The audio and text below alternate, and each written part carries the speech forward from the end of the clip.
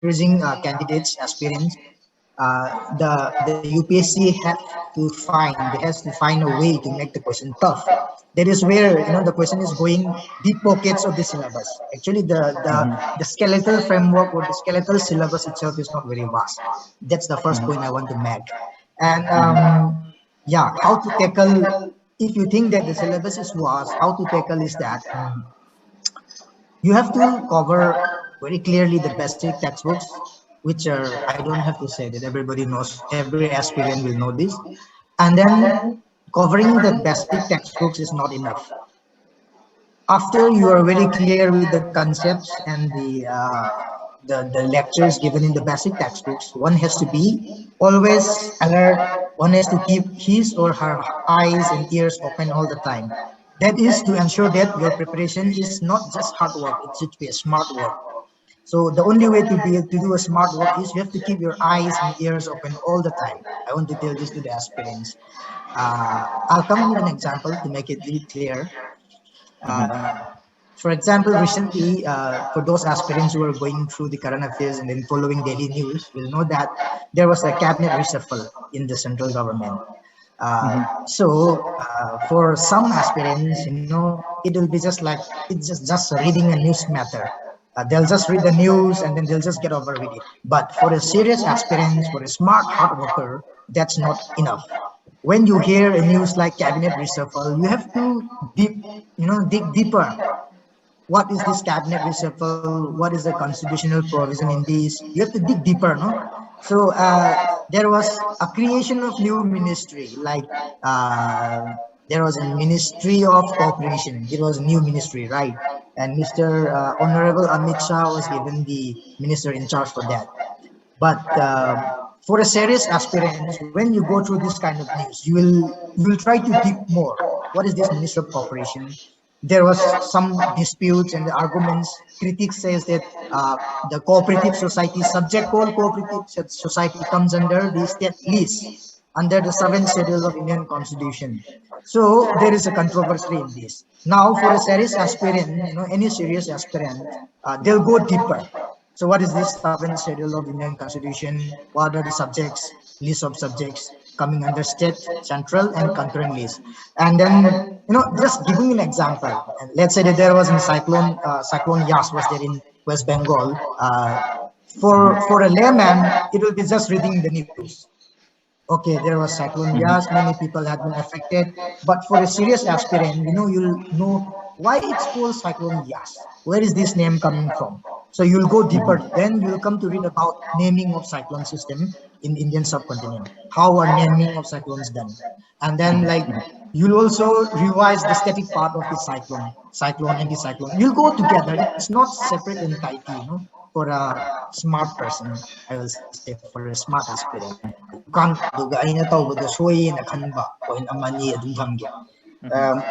how I prepared was like I started in the month of June 2017. So my target was 2018 prelims, which will be conducted in the month of May. So I devised in such a way that I tried to read all the GS books until the month of December. And from January, I plan to focus totally exclusively for prelims. So because it was my first attempt, it was ill-prepared, I should say, slightly ill-prepared. Planning was a little bit poor. From June to December, I didn't do any answer writing. I didn't write any essays, nor did I focus a lot on my optional paper. Ayun sa MBBS ko, freshly pass out with overconfident karaway ba. I didn't focus much on my optional. So what happened was that when I cleared prelims, there was a time gap of about 3 months for mains. So within these 3 months, I have to learn how to write essay. I have to learn how to write answer for mains, and I have to work on my optional as well. That was a huge burden which I had to face, and that was a gross mistake that I committed. It cost me a lot, I should say. It cost me seriously on my ranking. It cost me. Um, well, ay nahining badi nasagi till December, if you are planning to read the GS and all these things, I'll say that you incorporate your optional also. Never neglect your optional. At least keep the notes, handy notes, keep at hand, so that just after prelims you can go back to those notes and then be ready for mains. That's number one. And number two, you should never neglect answer writing practice even before this one prelims also. You should not keep it for last hour. That goes the same for essay writing as well. Um, so how did I tackle this? Now the importance of mock test and all this will come. The question which you were asking me. When I first wrote my men's test series, I joined Forum IAS men's test series, and I scored. It was GS1, I think. I scored 30 marks out of 250. So that was unimaginable and totally heartbreaking thing to learn that you are scoring just 30 marks out of 250. While to be part of the final list, you need at least 100 plus in this GS papers, right? Now, and also when you join a test series like Forum IAS, you will come across a lot of people who have given mains earlier, who have given interview earlier. And right on the first innings itself, they'll score like close to 90, 100, and you're scoring 30. That was totally heartbreaking and that was totally demotivating. So what I did was I met the main guy, the main teacher in the Forum IS, and I met with him and I asked him what do I need to do. Yeah, this is my. I told him, sir, this is my first attempt and this is my baseline. I'll have to be honest. I have to accept my baseline, 30 marks out of 250. So I asked him and he said, you write few more test papers and then see if there's any improvement. And also, I obeyed what he said. And what I did was, see, I took the answer papers of those top scorers in the test series, and I start comparing my answer with his answer, and I try to find out where am I lacking. No? So what I found in my men's answer was that quality was lacking. So especially for first attempters, I'll tell you this: the issue that you'll face is in men's there are 20 questions per paper, and 10 questions are 10 markers, and then another 10 questions are 15 markers. And you have, if you divide the total time per question, you'll get around roughly 8 to 9 minutes per question to read, to understand the question, and to recollect the information in from your brain and to actually put it down on paper. You have 9 minutes per question, and that's not easy. Trust me, it's not easy because just to understand the question itself, if you have seen UPSC questions, just to understand the question itself, it takes around 1 minute because the questions are lengthy and they usually come quotes and unquotes. So it's not easy. Yeah. Having said that, now I have two options. Being a first attempt, my content, my knowledge domain is poorer than those people who have written men's for 5 times. No doubt about it. It's fact. You have less content. Now, if I have to complete all the 20 questions, my contents per question become slightly poor. And if I have to make the content of an answer very good one, I'll have to compromise on the number of questions which I attempt. So this choice which I have to make. And for a first timer, it's not easy to do both the things. Not easy to get both the things. Means to attempt all the question as well as to deliver very good quality answer. It's totally not easy. So what I decided was I will focus on average quality rather than compromising the number of attempts. Meaning I attempted all the questions with average quality of every answer. That fetched me more marks. Yeah. And Importance of mock testing Kang sampai just down lagi. yeah, this this is the importance of mock test. Now see, you get to know where you are lacking. You can't, if you just go and write the mock test, you'll not gain writing, and you'll have to assess where you are missing out, where you need to improve, what device, what strategy you need to adopt. You can't just follow what others do, right? So that was what I adopted, something like that. When you write mock test, you'll find your mistakes, you'll find your weaknesses, you'll find your areas, the areas where you need to improve, that need to be analyzed. You need to do a lot of thinking. You can't just go and write. They will not give you any improvement. Yeah, I think from what Akram said about the preparation, just I'll add one thing about prelims. I'll give you an example. Let's say that today I came back from my coaching class on the topic of, I'll just give the cyclone only because I've given cyclone. Let's give cyclone. Let's say that I had class on cyclone. Now, when you go back from the class and when you start studying, what I want you to do is that apart from the class notes, go through the basic textbooks, and there may be some informations which are there in the textbooks but not covered in the class, and vice versa.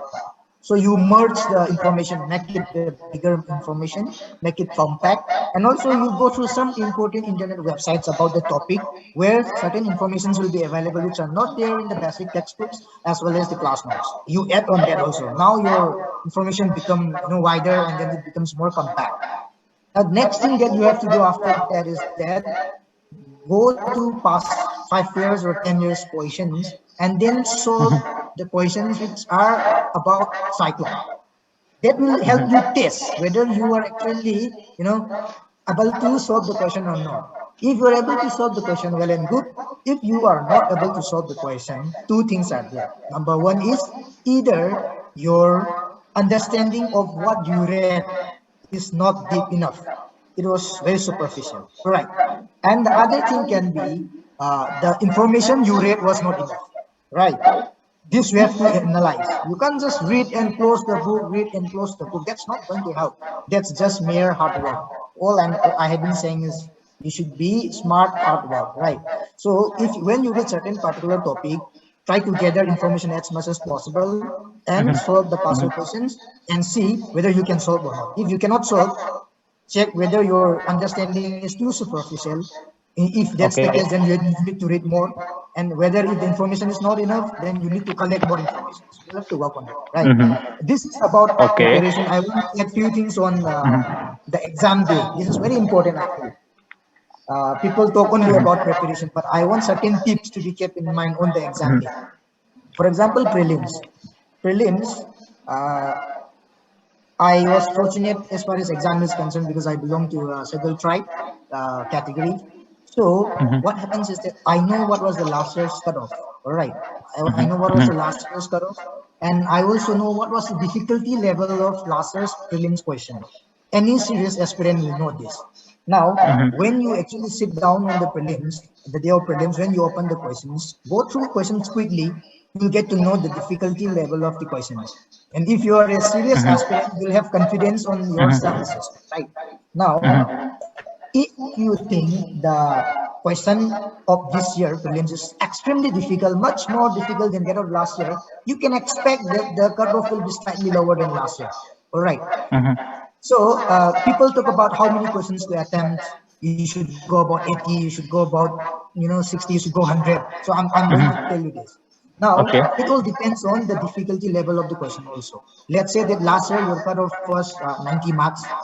Now, if you think that this year, if the question was much more difficult, you can expect that off to come down somewhere around 85.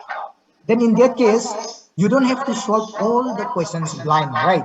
If you if there are a number of questions which you are very sure and that number of questions is going to fetch you 85 easily, then I don't know, is there any special technique to handle difficult question? Because like what Akram said, difficult questions are same for everybody. You just have to follow what you're supposed to do.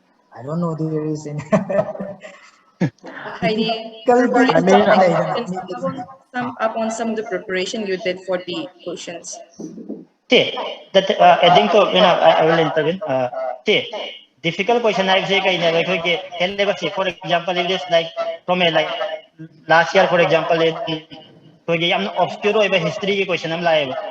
I'm not obscure over like very obscure like so hardly like even ko history optional over me book andre was the question.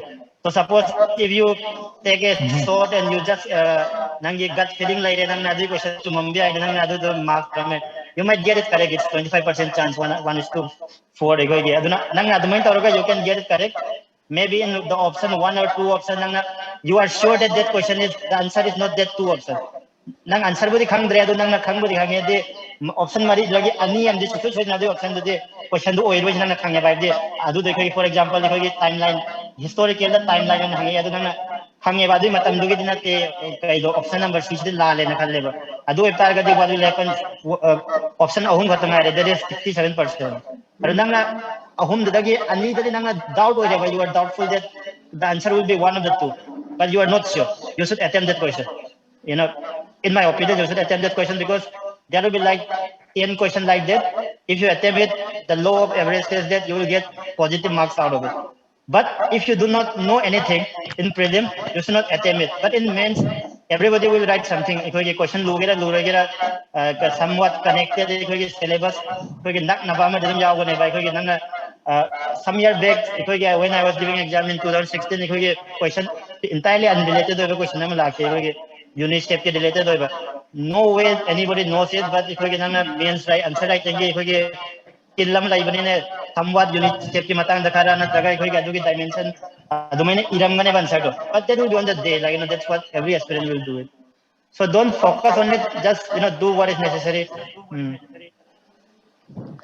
Okay, the Akram, thank you. Okay, hojik mayam meng tabibasi Mr. Interactive Talk 2021 ni aduga hojik tawriba interaction sek loi boga koi live ki thang da interaction ju tawjagari aduga makata koina khangani baje ekoi ki tonga tonga ba sing da habirak poda haitare ko ekoi ki maru aina coaching tawdraga su internet ta phangba ekoi ki material se paraga dum yabagi mong du su adu takpi aduga haiba masigi internet ta phangi ba bagi syllabus sing je paraga habidi mi amna magi preparation je dum fulfill oiraga nataga asida reliable oiba habisu dang chimi kan taminaji. uh, uh, Reading from internet, it's not very wrong, it's fine, but it's all about whether the source that you're reading is it complete source, is it complete package? That is the question. So if you're referring to one internet source and then if the source is not solid enough, it does not contain all the necessary informations, that will cost you a lot. So that is why we always talk about the basic NCERT textbooks and about confusions about a lot of resources that there is one saying reading one book 10 times is much better than reading 10 books one time each. So I think all the aspirants should keep in mind that at the max you can choose 2 or 3 books. 2 books are enough, I think, for a subject, and then you understand properly those 2 books. No need to focus about increasing the source of information, and then there is nothing to be confused. Just read what is the standard book and read again and again and again. I think that's enough. Yeah.